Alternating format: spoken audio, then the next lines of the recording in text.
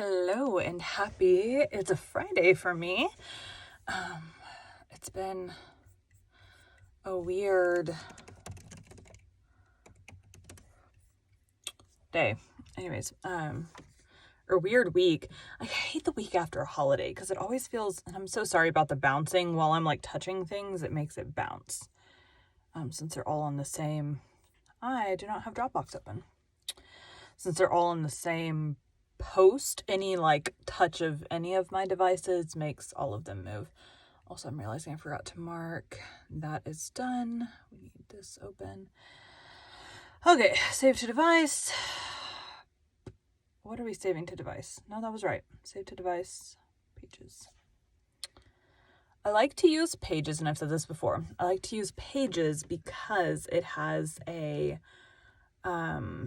presenter mode, so it auto scrolls for me. Adobe has a liquid mode, but the problem with it is that it selectively, it is on the homepage, dum-dum. Okay. It selectively like hides sections. Like if it thinks part of it is a section, it will hide it and it kind of like rearrange it. Like it doesn't work well. And I've like sent feedback on it or whatever. I don't know if it's been updated. I just kind of stopped using it for PDFs. So for the podcast, I use Docs, can also translate into Pages documents. Dude, my hair looks greasy.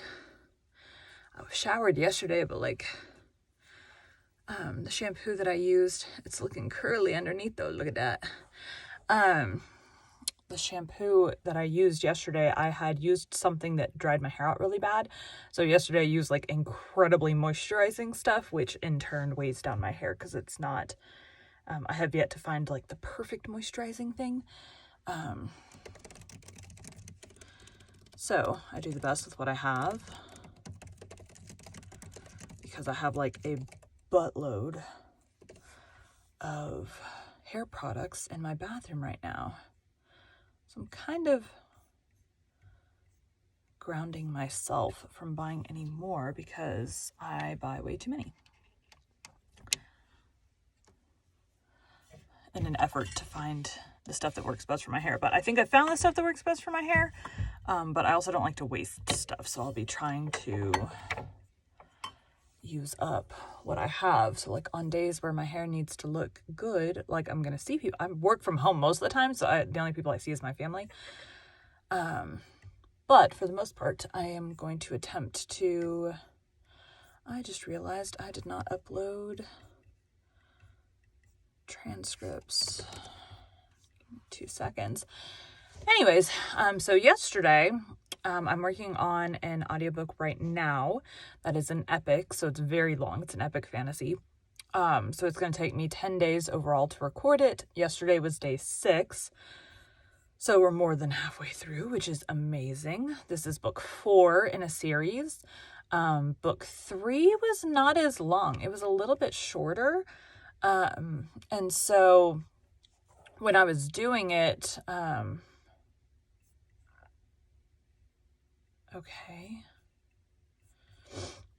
so when I was doing it, it worked out well because, I don't know, I just did, that one was shorter. It was nice.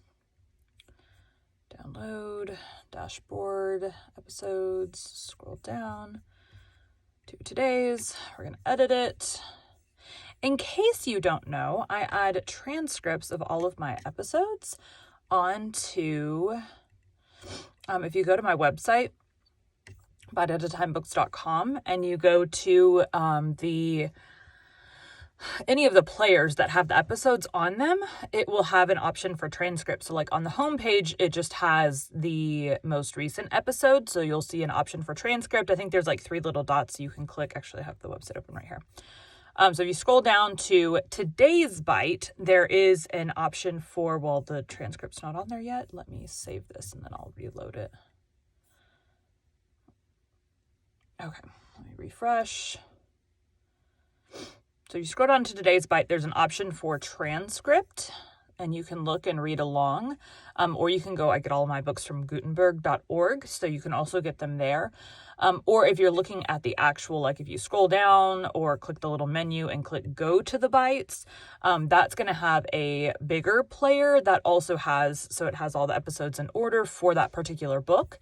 And then you can click on it. Or if you want to go to and like see a listing of all the books, you can go to the books or all the bites, and all the bites, you can then see everything, including behind the story. And you click on either A, you can see all, which is a list from beginning all the way to the most recent. It's a very long list.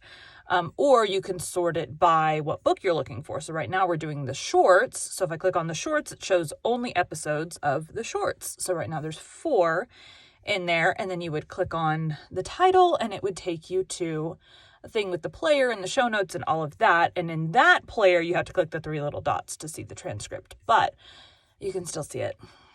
I prefer the pages with the books as opposed to this way for like me looking at it. But there's nothing wrong with either way.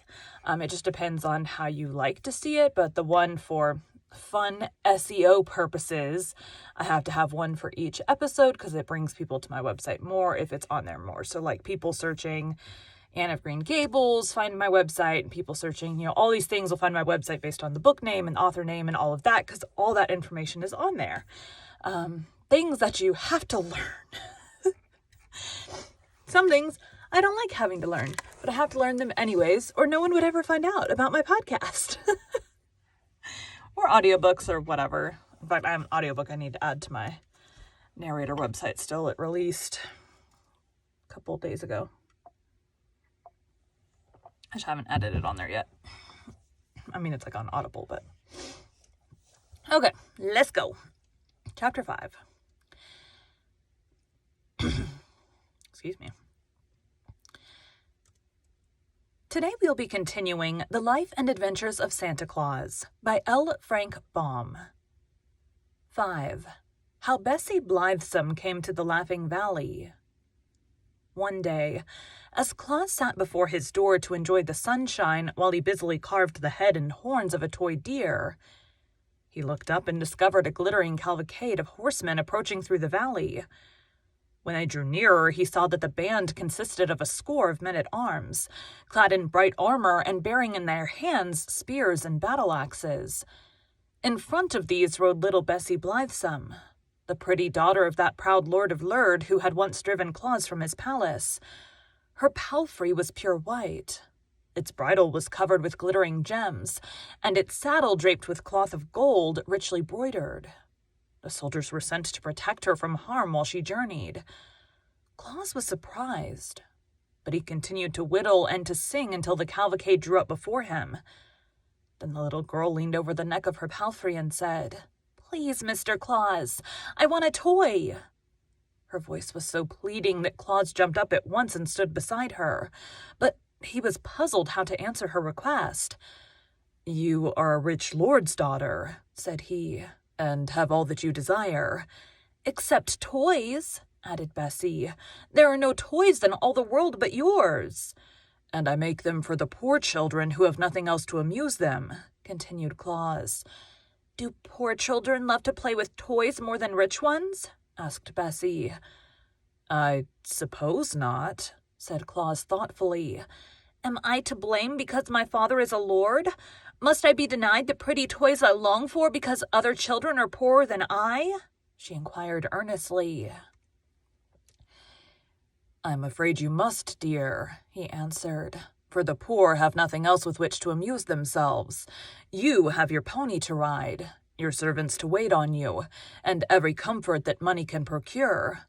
"But I want toys," cried Bessie, wiping away the tears that forced themselves into her eyes. "If I cannot have them, I shall be very unhappy." Claus was troubled, for her grief recalled to him the thought that his desire was to make all children happy, without regard to their condition in life. Yet while so many poor children were clamoring for his toys, he could not bear to give one of them to give one to them to Bessie. Nope, that's not normal. He could not bear to give one of them to Bessie Blithesome, who had so much already to make her happy. "Listen, my child," said he gently. "All the toys I am now making are promised to others, but the next shall be yours, since your heart so longs for it. Come to me again in 2 days, and it shall be ready for you." Bessie gave a cry of delight, and leaning over her pony's neck, she kissed Claus prettily upon his forehead. Then, calling to her men-at-arms, she rode gaily away, leaving Claus to resume his work. "If I'm to supply the rich children as well as the poor ones," he thought, "I shall not have a spare moment in the whole year. But is it right I should give to the rich? Surely I must go to Necile and talk with her about this matter." So when he had finished the toy deer, which was very like a deer he had known... I think my husband's alarm just went off. So when he had finished the toy deer, which was very like a deer he had known in the forest glades, he walked into Burzee and made his way to the bower of the beautiful nymph Necile, who had been his foster mother. She greeted him tenderly and lovingly, listening with interest to his story of the visit of Bessie Blithesome. "And now tell me," said he, "shall I give toys to rich children?"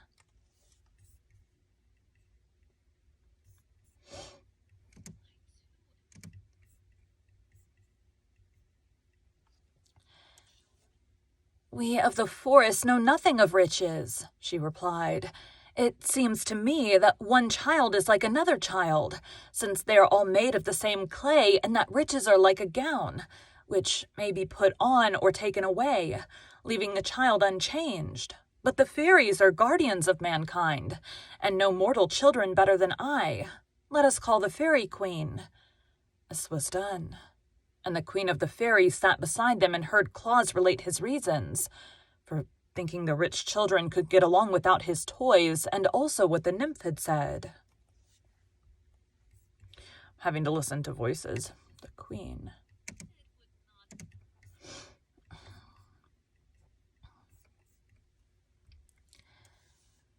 "Necile is right," declared the queen.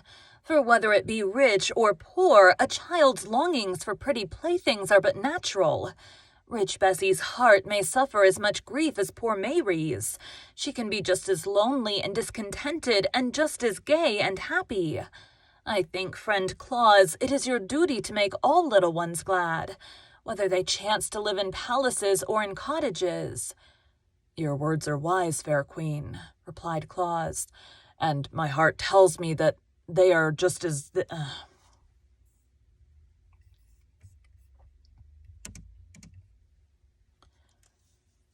And my heart tells me they are as just as they are wise. Hereafter all children may claim my services." Then he bowed before the gracious fairy, and kissing Necile's red lips, went back into his valley. At the brook he stopped to drink, and afterward he sat on the bank and took a piece of moist clay in his hands, while he thought what sort of toy he should make for Bessie Blithesome. He did not notice that his fingers were working the clay into shape until, glancing downward, he found he had unconsciously formed a head that bore a slight resemblance to the nymph Necile. At once he became interested. Gathering more of the clay from the bank, he carried it to his house. Then with the aid of his knife and a bit of wood, he succeeded in working the clay into the image of a toy nymph. With skillful strokes, he formed long waving hair on the head, and covered the body with a gown of oak leaves, while the 2 feet sticking out at the bottom of the gown were clad in sandals. But the clay was soft, and Claus found he must handle it gently to avoid ruining his pretty work. Perhaps the rays of the sun will draw out the... Oh, that's him. Oops. I just dropped my thing. Ugh.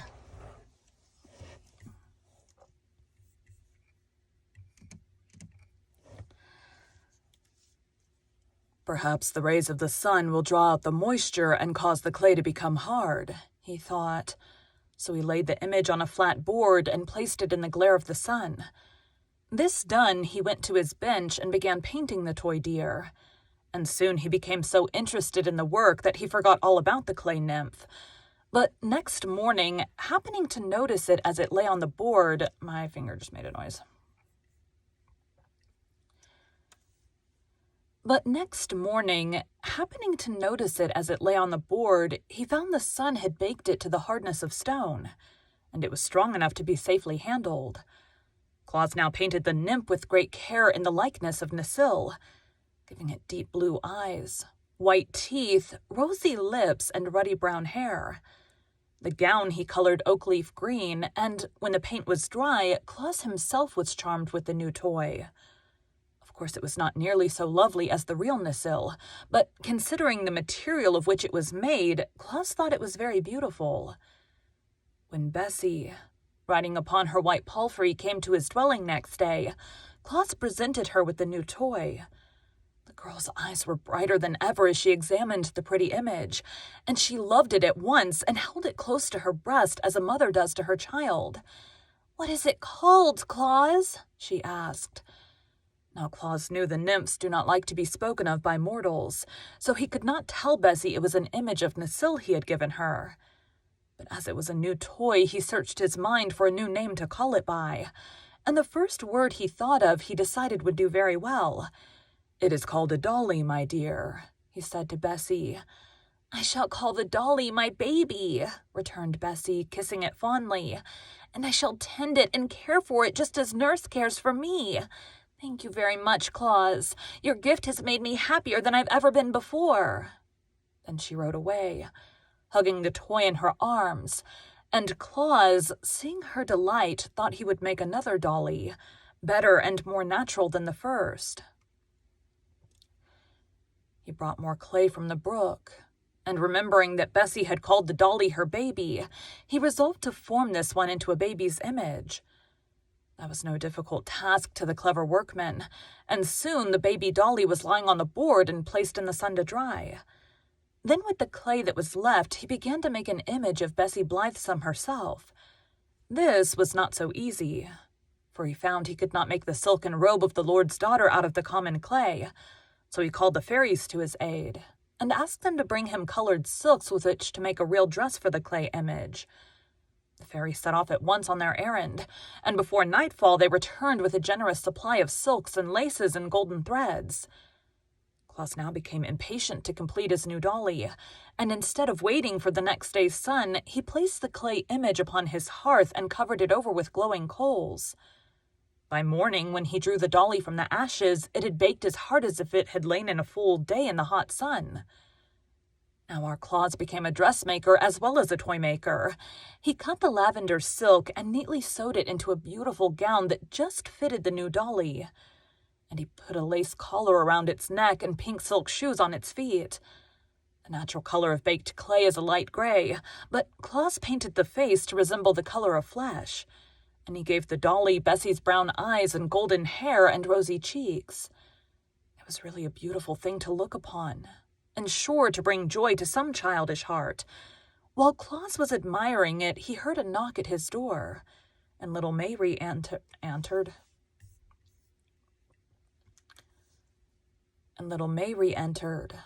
Her face was sad, and her eyes red with continued weeping. "Why, what has grieved you, my dear?" asked Claus, taking the child in his arms.